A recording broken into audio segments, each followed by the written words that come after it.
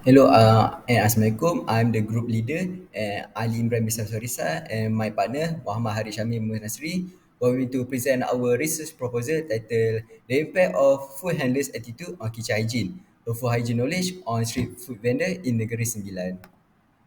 Alright, so for chapter 1, this chapter going to cover 8 subtopic, and that is background of the study, problem statement, research objective, research hypothesis, significance of study, and operational definition. So for chapter 1.1, we have background of the study. This study proposed a research model examining the use of KP, knowledge, attitude, and practice to reduce foodborne infection in the hospitality industry.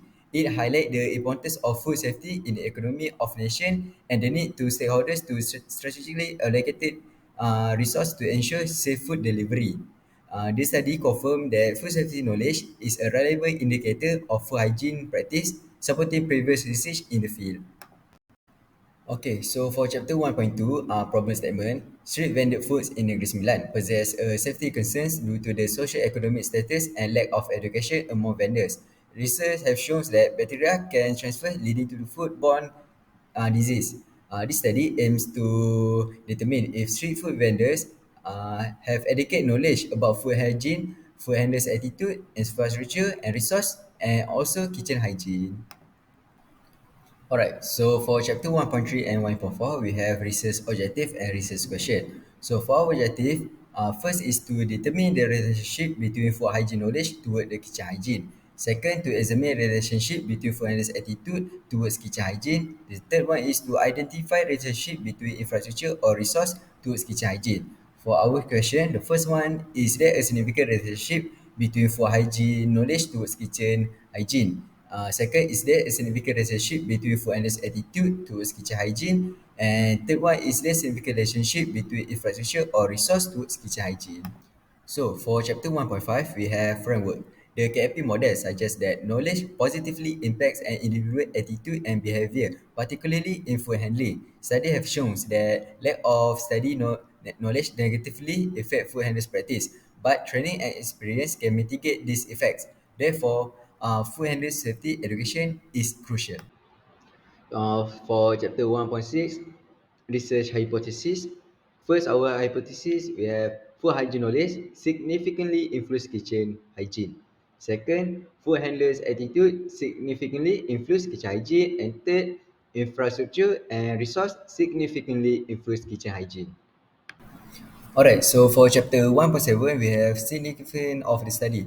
We have two, practical and theory. So for practical, this study investigate the relationship between food handlers' attitude, hygiene knowledge and kitchen practice in street food vendors in Negeri Sembilan, aiming to improve food safety standard.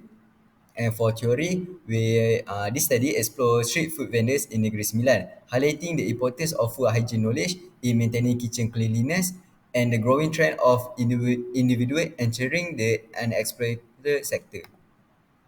For chapter 1.8, operational definition. Food handler. Food handler handles various tasks maintaining hygiene, wearing clean gear, and undergoing food safety training to ensure health and safety in handling. Food hygiene. Food hygiene ensures safety and appropriate throughout the food chain, addressing modern safety issues throughout hazard analysis and critical control point concept integrated in management. Knowledge. It delves into a fundamental aspect definitions and classification of knowledge, discussing its origin, definition, and challenge in effective knowledge management. For attitude are evolving in literature with cognitive preparedness and behavior strongly linked. Appraisal is fundamental with social influence increasing. Attitudes are acquired throughout learning, not genetic. Alright, so for chapter 2, it reviews on literature on food hygiene knowledge, handlers' attitude, and kitchen hygiene, establishing theory context, identifying gaps, and justifying research objective and hypothesis.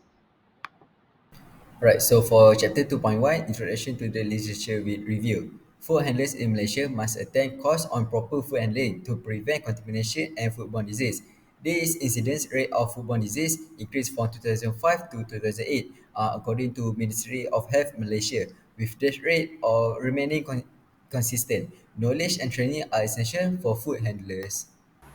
So next is 2.2 food hygiene knowledge. Food handlers play a crucial role in keeping our food safe. They need to know and follow hygiene law outlined by the EU. When proper procedure aren't followed, it can lead to disease. Getting the right information is essential. Training in food hygiene and safety is widely recognized as a crucial to prevent mistake and maintain a good practices in handling food safely. So next, 2.3, food handler attitude. Attitude is how we see and feel about certain behavior. Vladimirov stresses that good behavior, positive attitudes, and continuous education are vital for food handlers to maintain safe food handling standard. However, a study by BUS in 2004 found that many food handlers had poor attitudes toward preventing and controlling foodborne infection, leading to lower hygiene practices. So next is 2.4, infrastructure. Street food vendor often lack necessary equipment like refrigerator, clean water and electricity. This shortage of resources, including energy and water issue, can make it challenging to follow safe food practices, leading to potential spoilage and contamination. Inadequate access to food service equipment also hinder proper food storage practices at street food selling site. Next, kitchen hygiene.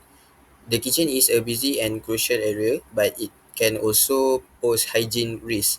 A study by Azevedo in 2014 found high contamination level with 13 strain of E. coli identified on surfaces and utensils in 15 households. To tackle this risk, the Food Standard Agency in 2018 provided a guideline for maintaining kitchen hygiene. These guidelines are essential to prevent foodborne diseases and stress the food importance of good hygiene practices in the kitchen. So, chapter 3. This chapter will be discussing about research design, population, sample size and sampling technique, instrument development, plan for data collection and plan for data analysis. Research design will use a community-based cross-sectional design and quantitative method. Our population is street food vendor in Negeri Sembilan and we will use purposive sampling for our study. Our study population is unknown, so the sample size will be determined based on the number of participants. Participant will be approached by Google Form questionnaire. The questionnaire will employ a linear scale and it will be structured into 5 sections. Next, we plan to collect our data during the operational hour of food vendor. Last but not least, we plan to analyze our data using SPSS and ANOVA to investigate correlation and association between variables. So that's all from us. Thank you.